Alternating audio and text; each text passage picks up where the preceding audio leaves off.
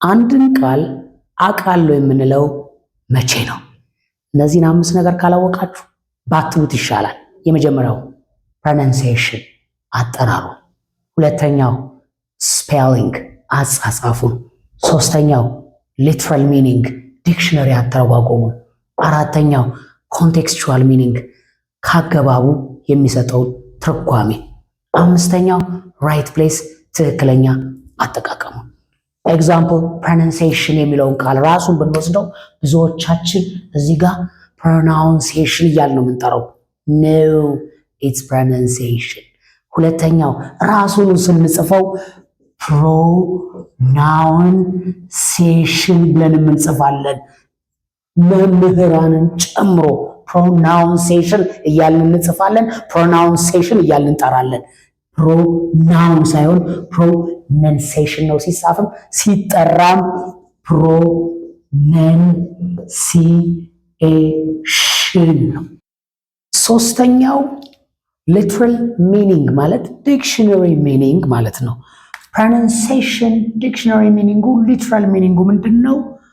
the way a word is said ነው። አንድ ቃል የሚጠራበት የሚባልበት መንገድ ነው። አራተኛው ኮንቴክስቹዋል ሚኒንግ ካገባቡ የተለያየ ትርጉም የሚሰጡ ቃላቶች አሉ።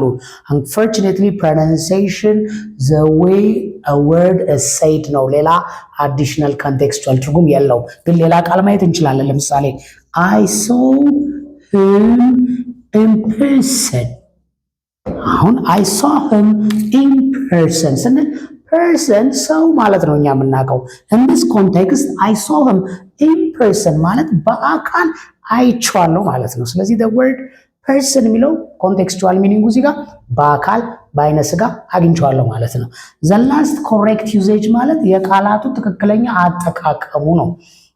ለምሳሌ pronunciation የሚለው ቃል እንደ verb ስንጠቀመው do you pronounce this please ብል ይሄንን ቃል pronounce ልታረግልኝ ትችላለህ? do you read this word please እንደማለት ነው። ይሄንን pronounce አርግልኝ። ይሄ verb ፎርሙ ነው።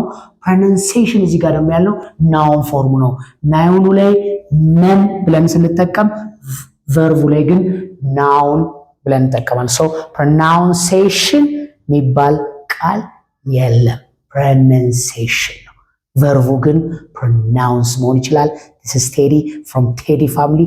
እንደዚህ በድምጽ የሚለያዩ ወይም ተጨማሪ ትርጉም የሚሰጡ ቃላቶችን you can comment me and I can make you another video. Thank you very much. Bye bye.